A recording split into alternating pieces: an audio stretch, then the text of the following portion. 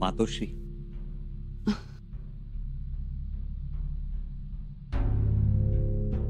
सुखी भव, चिरंजीव भव. मातोश्री, आम्ही बुऱ्हाणपूर मारलं आणि असं मारलं की आता सगळ्या सल्तनतींना आमची दहशत बसली असेल.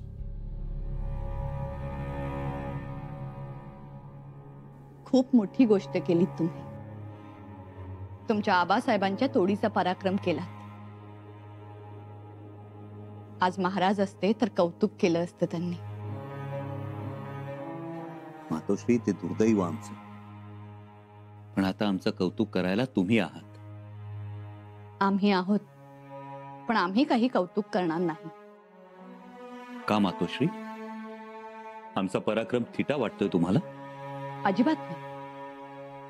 पण तुमच्या पराक्रमाची जागा आणि वेळ चुकलीये असं वाटतं आम्हाला. म्हणजे?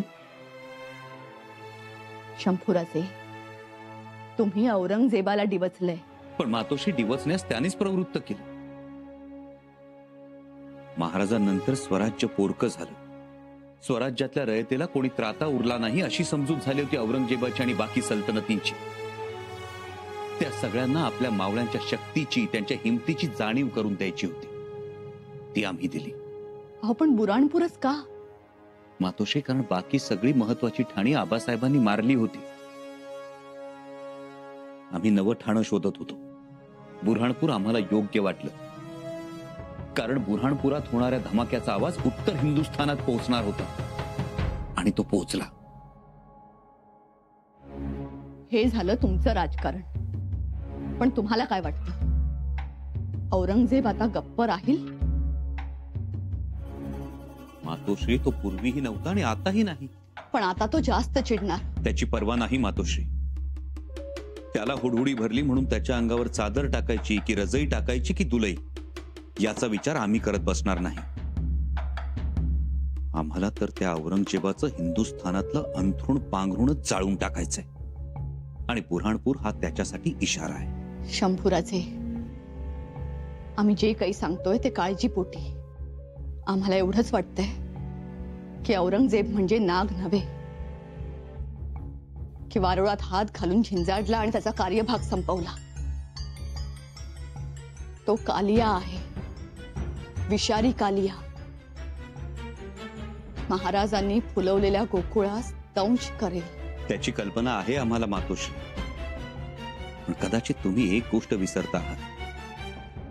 आबासाहेबांनी हे स्वराज्याचं गोकुळ फुलवताना यमुनेच्या प्रत्येक तीरावर, प्रत्येक तटावर, प्रत्येक घाटावर एक एक कृष्ण उभा केलाय आपल्या मावळ्यांच्या रूपानं.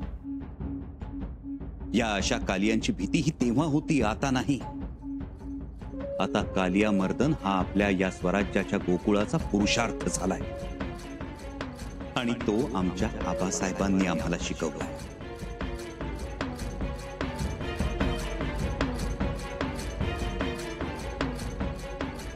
राजा आवाम का होता है, आवाम के हालात से राजा के तख्त की मजबूती होती है. जी अब्बूजान. और जब आवाम की सोच राजा के खिलाफ गई तो आवाम बगावत करेगी. संबा की आवाम बगावत करेगी. क्या ये मुमकिन है? दक्खन की आवाम, जिसे रैयत कहा जाता है, वो रैयत तो सिवा ने तैयार की है. सिवा की बात और थी. उसने अपने प्यार और फन से लोगों को एक डोर में बांध के रखा था, लेकिन अब हालात कुछ और हैं. अब आवाम बिखर चुकी है. और जीनत बेटा, इन हिंदुओं के बारे में एक और मजेदार बात है, जानती हो तुम? ये सब हिंदू नहीं है. तो कोई हिंदू राजपूत है, कोई हिंदू मराठा, कोई हिंदू जाट. कुल मिलाकर इनकी 100-200 जाति हैं जो एक दूसरे को तवज्जो नहीं देती. सब अपनी बिरादरी की अहमियत में लगे हुए हैं. बेचारी इसी जात पात की परेशानी से बीमार हैं सालों साल, सदियों से. और इसी का फायदा उठाकर हमने इतने सालों, इतने सदियों अपनी इतनी बड़ी सल्तनत चलाई है. दक्कन में भी हमारी सल्तनत होगी. संबा हारेगा, जरूर हारेगा. जहांपना, लेकिन इसमें वक्त कट जाएगा. अब फिक्र ना करें. एक तरफ संबा की आवाम, उसके लोग उसको आपो आप शिकस्त देंगे, और दूसरी तरफ उसकी रैयत को परेशान करेंगी ये सल्तनतें, ये सिद्दी, ये अंग्रेज, ये फिरंग। वज़ीर आलम, सिद्दी को हमारा फरमान भेजिए कि संबा के मुल्क में लूटपाट मचाते हैं, तबाही मचाते हैं। जी जहांपना।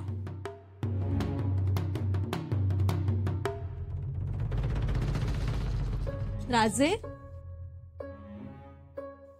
राजे, राजे कुठे आहात आपण? राजे, राजे काय हे? आम्ही एवढ्या हाका मारतोय राजे राजे म्हणून, तुम्ही साधं बोलतही नाही. का बोलावं? का प्रतिसाद द्यावा आम्ही? नाराज झालात आमच्यावर? व्हायला नको. एवढं बुऱ्हाणपूर मारून आलो आम्ही, तुम्ही साधी दखल तरी घेतलीत का आमची? राजे काय हे? दखल कशी घेतली नाही आम्ही? दखल घेतली असती तर स्वागताला सामोरे आला असतात तुम्ही. तुम्हीच आम्हाला वर्दी दिली नाही. आम्ही सांगितलं ना राजे, जमादार खान्यात नौबत वाजली तेव्हा आम्ही धनाच्या राशी मोजत होतो. बघा, धन दिसलं पण धनी काही दिसला नाही. दिसायला तो समोर असावा लागतो, पण तुम्ही तर आमच्या काळजात आहात. काय काय काय काय काय म्हणालात तुम्ही? नाही, आम्ही ऐकलं नाही. पुन्हा म्हणा. आम्ही एवढंच म्हणालो, आम्हाला कळलं तसं आम्ही धावत आलो, चौकशी सुद्धा केली. चौकशी? आम्ही काय वाटेचे वाटसरू वाटलं चौकशी करायला? केली चौकशी, संपला मामला. किती तलवारींच्या धारे खालून आलो आम्ही. आम्ही सुद्धा इथे तलवारींच्या धारेवरच उभ्या होतो, पण ते कळणारच. तुम्ही नसताना आमची अवस्था कशी होते हे तुम्हाला समजणं कठीणच. तुमच्या विरहात जळावं लागतं. समोर असताना साधं बोलताही येत नाही. योजना, धोरण, मोहिमा, युद्ध, मसलती, आम्ही आपलं दडून दडून बघायचं. बोलता आलं तर बोलायचं. हक्काचं असूनही आमचं असं काहीच नाही.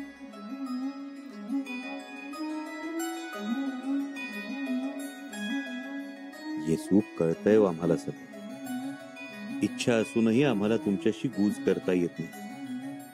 खरं तर खूप काही करायचंय तुमच्यासाठी, एक पत्नी म्हणून.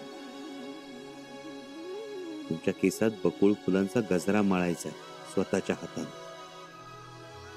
पण राजे, राजे कसे आहात हो? आत्ता रुसला होतात, विसरलातही. विसरावं लागतं राणीसाहेब. पुरुषांना विसरावंच लागतं. पुरुषांचं कसं त्या कळशीसारखं असतं. त्याच्या मानेला दोराचा फास लावून बायका ढकलून देतात आडात, विहिरीत. पण जेव्हा तो वर येतो तेव्हा पाण्यानं भरून येतो. जीवनाचं, अर्थात पाणीरूपी जीवनाचं दान देतो. म्हणजे आम्ही तशा आहोत? नाही नाही नाही नाही, तुम्ही नाही तशा.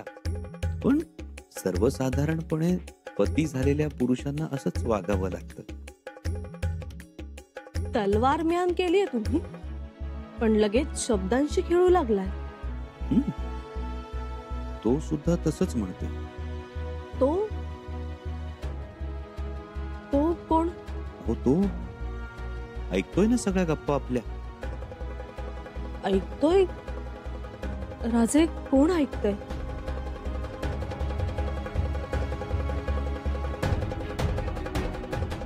तो आपल्या दोघांमधला साक्षीदार. पण आता त्याला आणखीन एका गोष्टीचं साक्षीदार व्हायचंय. कुठल्या? राज्याभिषेक सोहळ्याचं. राजे, त्याला तुमचा राज्याभिषेक पाहायचा आहे. येसू, राज्याभिषेक सवड मिळाल्यानंतर. अहो, मग सवड कधी आहे ते तरी सांगा त्याला. जरूर.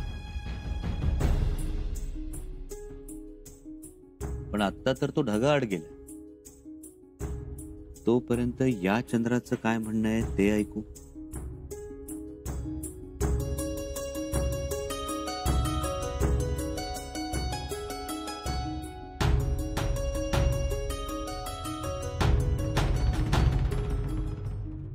शहजादे, भगवान एकलिंग जी की कृपा से हम लोग नर्मदा पार करके यहाँ तक पहुंच गए. अब क्या दुर्गादास जी? बस अब थोड़ी ही दूर दक्खन, हिंदवी स्वराज. मतलब मराठाओं का मुल्क? हाँ शहजादे, आज की परिस्थिति में शंभू राजे के अलावा हमारा कोई दूसरा आश्रय स्थान है ही. औरंगजेब बादशाह के भय से और कोई हमें आश्रय देने से रहा. दुर्गादास जी हमें कोई मदद नहीं कर रहा, लेकिन आप एक बात भूल रहे. भूल गए? वो कौन सी बात है शहजादे? हमें हिंदुस्तान का शहंशाह घोषित कर दिया गया. हमारे नाम के सोने के मोहर, और यहाँ संभा तो राजा भी नहीं बना. हाँ, लेकिन तो आप ही बताइए, अब ऐसे में हम संभा से पनाह कैसे मांग सकते हैं? तब तो शहजादे तुमने शंभू राजे को पहचाना ही नहीं. शेर के छावे हैं वह. जानते हैं, और उनसे मिले भी थे आगरा में. शंभू राजे का मंचकारोहण हो चुका है. अब किसी भी वक्त उनकी ताजपोशी हो सकती है. हमें तो ये सारा मामला पेचीदा नजर आ रहा है.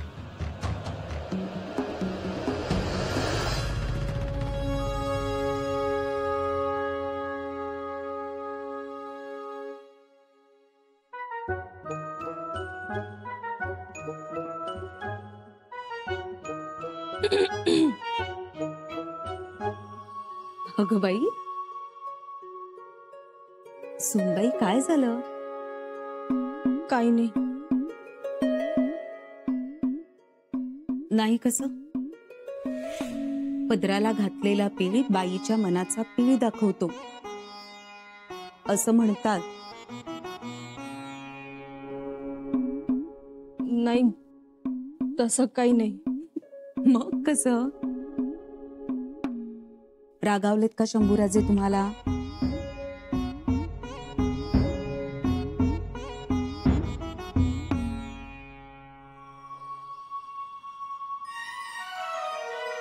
रागावले असते तरी बरं झालं असतं.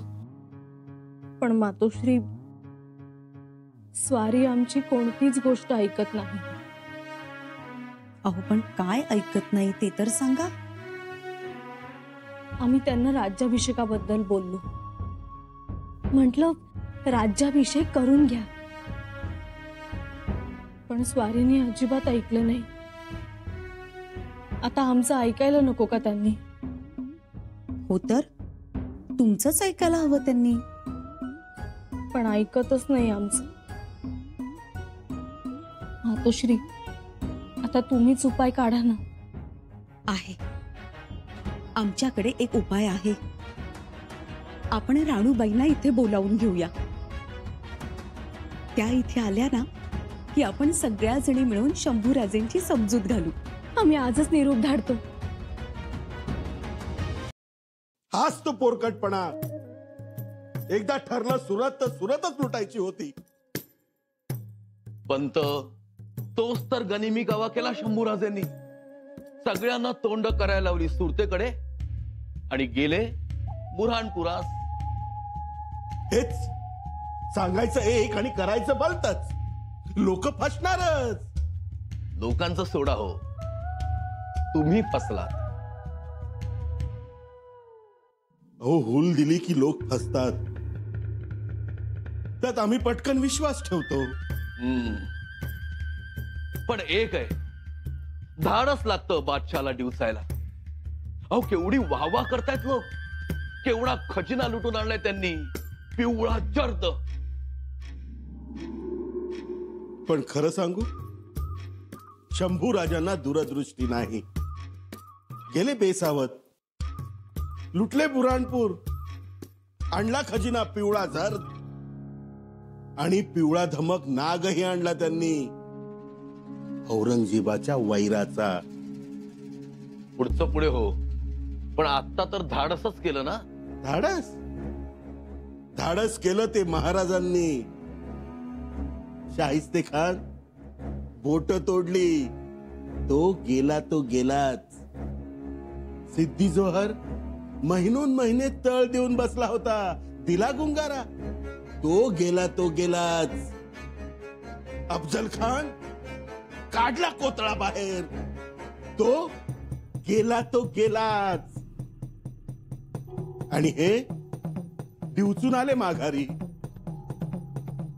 हे मला आवडलेले नाही. तुम्ही करा कौतुक, पण मला पुढचा धोका स्पष्ट दिसतोय. धोका? हो हो, धोका. सरनोबत राज्याभिषेक भूल जाईये, विसरा. का? काय झालं? राणी साहेबांनी राजांना सांगितलं, हा, पण राजांचा काही जवाब नाही. असं कसं? राज्याभिषेक करायला पाहिजे त्यांनी. या सगळ्यांची तीच इच्छा आहे, पण राजांनी हे मनावर घ्यायला हवं ना. बघू तर बघू, नाहीतर साकडच घालू. आणि त्यांनी नाहीच ऐकलं तर? नाही ऐकलं तर दरडावून बी सांगता येतं या हंबीरमा मला. भाच्याला दरडवायचं असेल तर दरडवा मामासाहेब. आणि कशाबद्दल? राज्याभिषेकाबद्दल. दरडवायचं कशा पाहिजे? तेवढं राज्याभिषेक करून घ्या म्हणलं. राजांना सगळ्यांची हीच इच्छा आहे. हा, नाही कविराज, राज्याभिषेकासाठी सवड नाही. का आवड नाही? हा, अहो आवड असेल तर सवड काढता येते की माणसाला. मामासाहेब, दौलतीची खूप कामं आहेत. ती आमच्यावर सोपवा.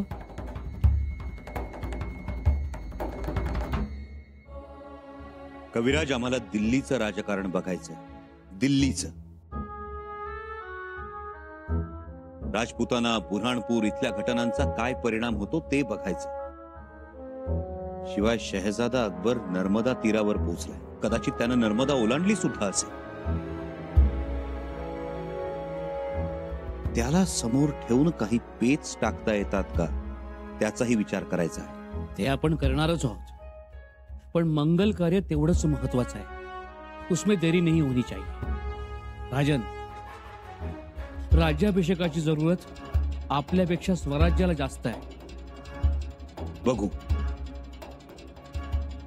काय बघू?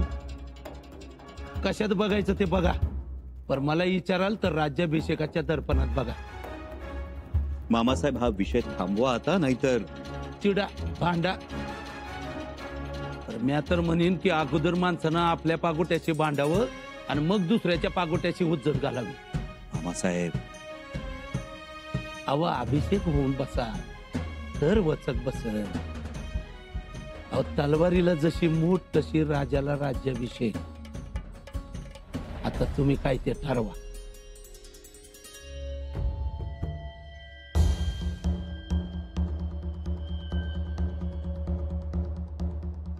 राजा, खबरा काय लय खुश होणाऱ्या नाही त्या.